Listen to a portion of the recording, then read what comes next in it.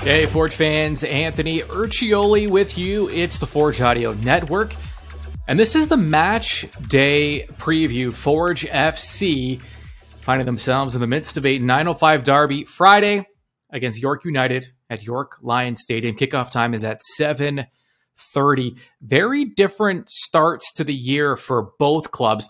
Forge, notoriously a slow starting team, off to a pretty good start. I mean, that's good news for a team that usually comes on strong late en route to a title match. This time they're starting a little earlier. Can only mean good things for Forge FC. Very early, only 3 match into domestic play, but 5 points tied for first place in the CPL with a win, 2 draws, and Forge coming off a big win on the road against Pacific York. Different story.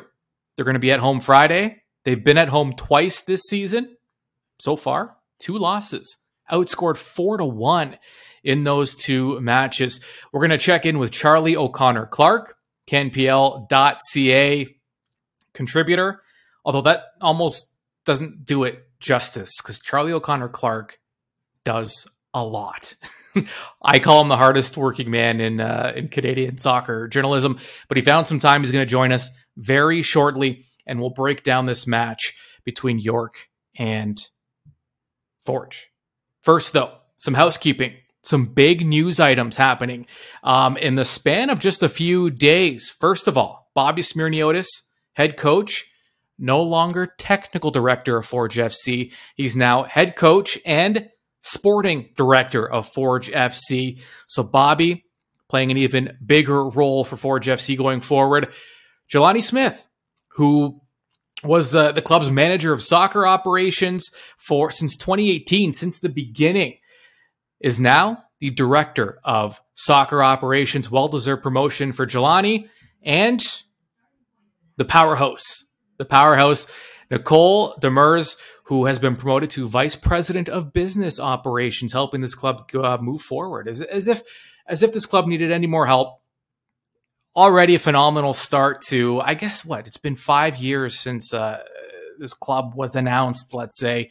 Nicole, a big part of that transition to where we are now, and she'll be playing an even bigger role, which is good news for Forge and Forge fans. So congratulations to Nicole. Well deserved. All right, let's do this. Charlie O'Connor-Clarke joining us. I am in this Forge bubble, so I don't see a ton of York, but I'm looking at the numbers because that's all I really have to go off of, and they stand out. At home, York this season, 2 matches, 2 losses, outscored 4-1 in the process. York, some big things were expected. Now it's early, of course, it's early, but what do you make of York's start to the year? Yeah, it hasn't been ideal, that homestand at the start of the season where, they played with the Can Champ game in the middle. They played, obviously, was it Halifax? No, it was Valor. They played the first week and then Vancouver twice in a row. And it wasn't great for them. The attack was, a little lackluster. And I think you saw some kind of signs of similar problems that plagued them last year, really, with that final ball not coming. And, obviously when you have a player like Mo Babuli, it's a luxury. It's absolutely fantastic to have a player of that quality, but you can't expect him to do everything, obviously. And sometimes you just need things to start falling your way. And so for them to get a win in Ottawa on the weekend in a very difficult place to play against a team that's tough to break down is really a good start.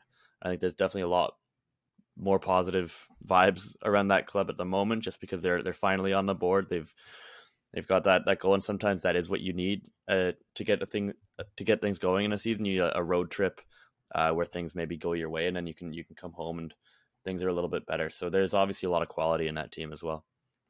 I've heard of Mo Babuli. I recall him playing for another club at another point. And for Forge, a team that notoriously has slow starts to their year, have to be feeling pretty good about their start, especially since there's still some tinkering going on with the lineup and who kind of fits where and tough decisions. Do you feel like this is just going to be the story all year? I mean, we have to find minutes for all these players. Mm-hmm. So when we talk about tinkering, it might just be a season-long process. I think it will be, and I think that's kind of been the plan from day one. You know, you don't sign all of the attacking players that they have. You know, Terran Campbell, Jordan Hamilton, Woobens Passius, all of these guys that we can mention. You don't have all of those in a squad if you don't expect to be rotating, especially at that area of the pitch a lot. And also, I think Forge, more than any other team in the league, can bring fresh legs that are actually going to make a difference on late in a game. I think that's obviously huge for them to be able to bring on essentially an entirely new front three, which they do honestly most games if they're chasing a goal or they need a little bit more energy later in a game. So I think that's the most impressive part. It's still at this point tinkering or just giving different opportunities to players. Terran Campbell got to start on the weekend. He maybe it was due for a start, and when you're a team as deep as Forge are, you need players to step up and then to seize those opportunities and make themselves undroppable, right? As certain guys start to, maybe later in the season, you start seeing a little bit more consistency with that lineup, just because players play themselves into those roles. But I think early in the season, you give everybody as much opportunity as you can.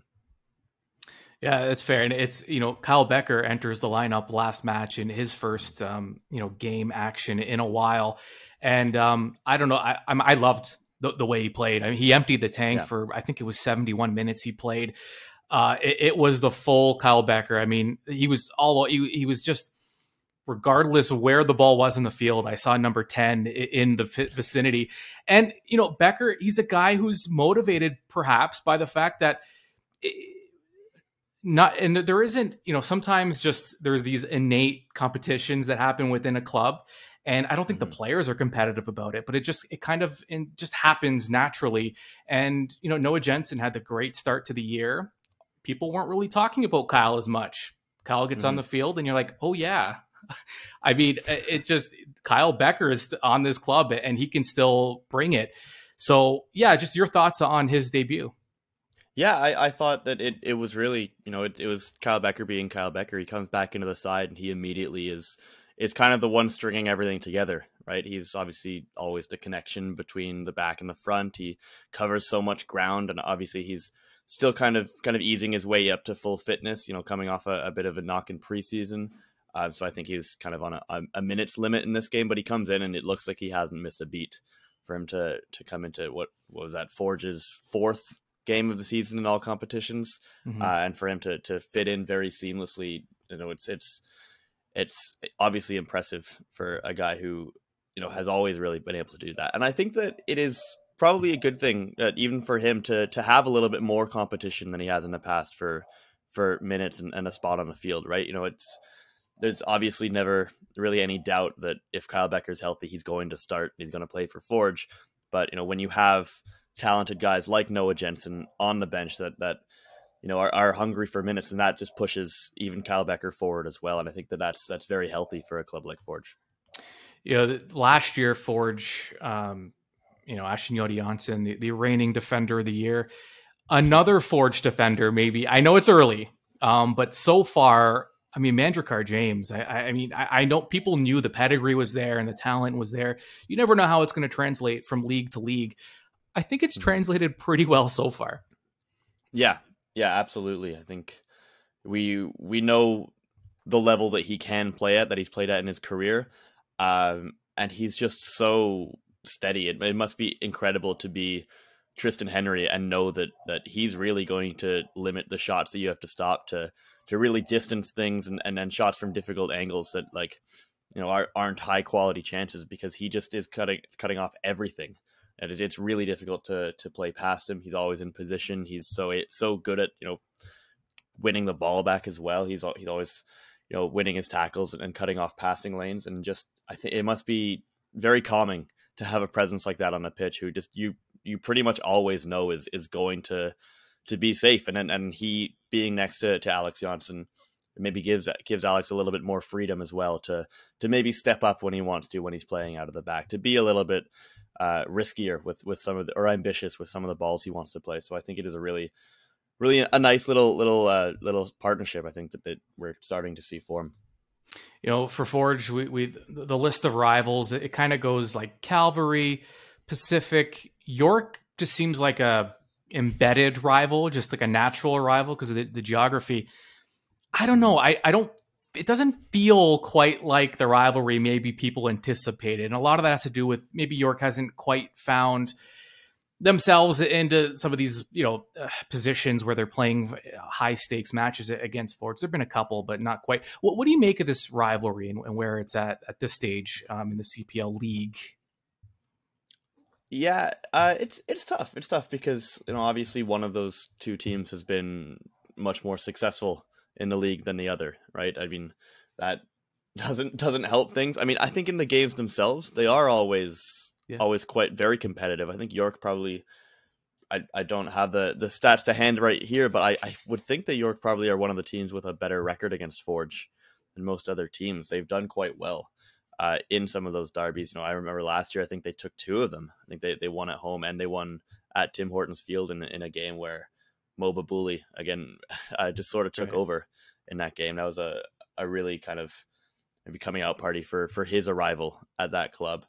And yeah, I think that York do definitely get up for these games. Both teams do, especially just when there's so many guys from Ontario on both sides of the pitch. Just they're players that you've known for years, since youth soccer in a lot of cases. So they're not an opponent that you really want to lose to at all. So I think there is a little bit more, but yeah, I think it's one that will continue to grow and maybe get a little bit more fierce as maybe York starts to contend a little bit more higher up the table. Awesome. All right, Charlie O'Connor Clark, the hardest working man in Canadian soccer journalism. He's always doing something, and you can read more of his work at CanPL.ca. Also, if you want to get out of this Forge bubble, CanPL.ca has their newsroom podcast, which is available at CanPL.ca. Here are your 3 keys to the match for Forge FC as they look for 3 points at York Lions Stadium. Key number 1 for Forge, shooting gallery. Why? Forge FC. Now, the theme so far early in the season has been Forge maybe lacking that clinical finish, that final touch. The thing is, they've been doing pretty well so far. I mean, if that's the biggest complaint, Forge is in a pretty good spot.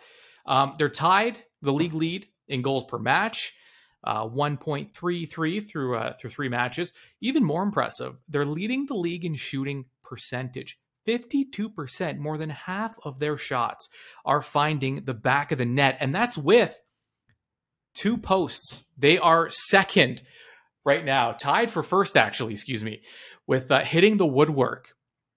Both clubs tied with Pacific now to hit the woodwork twice. So that 52%, even with some misfortune in hitting the woodwork for Forge FC. So shooting gallery, keep those shots coming. It's working. There's clearly enough talent on this club that you play your percentages. If the majority of your shots are going in, there's confidence there now in your game and taking some. Maybe it's from long range. Maybe you're instead of focusing on the build and the extra pass, you're taking the shot instead. It's been working so far, and you look for that to continue because, as we spoke about earlier, 2 matches for York at home, and they've given up 4 goals. So that's kind of in line with what we've seen with Forge and their ability to find the back of the net. So that's key number 1 for Forge FC, shooting gallery. Key number 2 for Forge FC, 1v1. Now, York there's an interesting stat I pulled. Again, it's early. You never know how much stock you should put into some of these, but York is at the bottom of the league in fouls conceded. So they're fouling the least. Forge the second least. But here's why it's interesting. Leading the league in fouls conceded is Calvary with 48. York, 28. Almost half as many fouls conceded per match. Now, this is where I started thinking. If you're Forge FC, with the amount of talent you have, I see an opportunity here to start taking players one-on-one.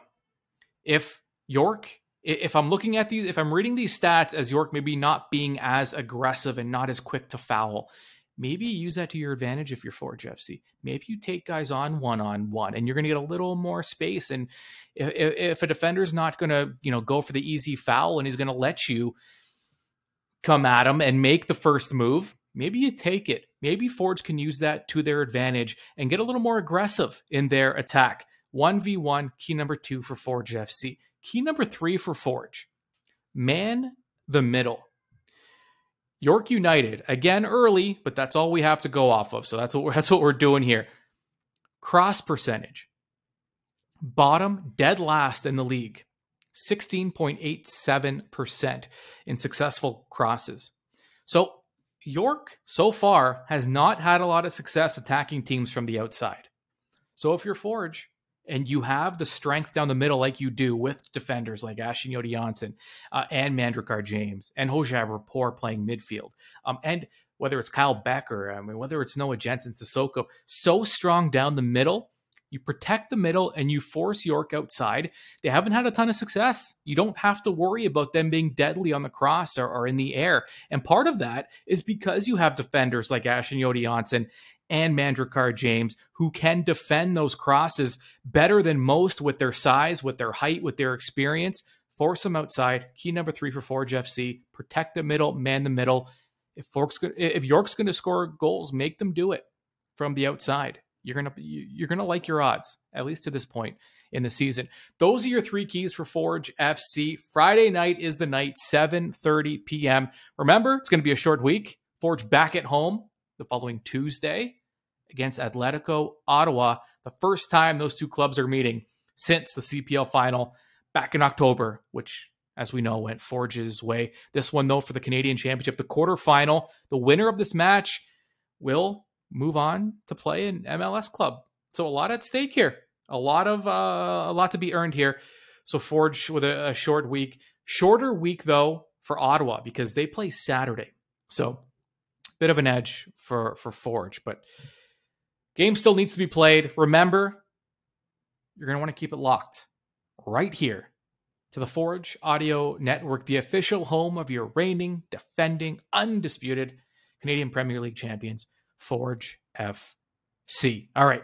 We'll talk to you soon.